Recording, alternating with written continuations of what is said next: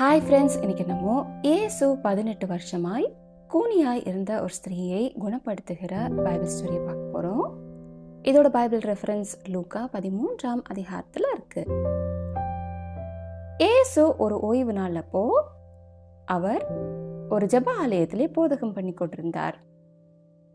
அப்போ 18 வருஷமாய் அசுத்தாவி பிடித்த ஒரு ஸ்திரீ அங்கே இருந்தாங்க. அவங்க கொஞ்சம் கூட நிமிர முடியாத கூனியா இருந்தாங்க. இயேசு அந்த ஸ்திரீயை பார்த்து அவங்கள கூப்பிட்டு, ஸ்திரீயே, உன் பலவீனத்து நின்று விடுதலையாக்கப்பட்டாயின்னு சொல்லி அந்த ஸ்திரீ மேல அவரோட கையை வைக்கிறார். உடனே அந்த ஸ்திரீ நிமிர்ந்து தேவனை மகிமைப்படுத்தினாங்க. இயேசு அந்த ஸ்திரீயை குணமாக்கினது ஓய்வு நாளா இருந்ததால ஜெப ஆலய தலைவன் கோபமடைந்து ஜனங்களை பார்த்து, வேலை செய்கிறதுக்கு 6 நாள் இருக்கு, அந்த நாட்களிலே நீங்க வந்து சொஸ்தமாக்கி கொள்ளுங்கள், ஓய்வு நாளிலே அப்படி செய்யக்கூடாதுன்னு சொல்றார்.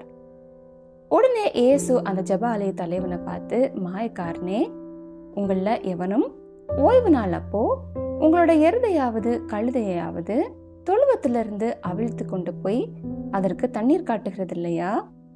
இதோ சாத்தான் 18 வருஷமாய் கட்டியிருந்த ஆபிரகாமின் குமார்த்தியாகிய இவளை ஓய்வு நாளில் இந்த கட்டிலிருந்து அவிழ்த்து விட வேண்டியதில்லையான்னு கேட்கிறார்.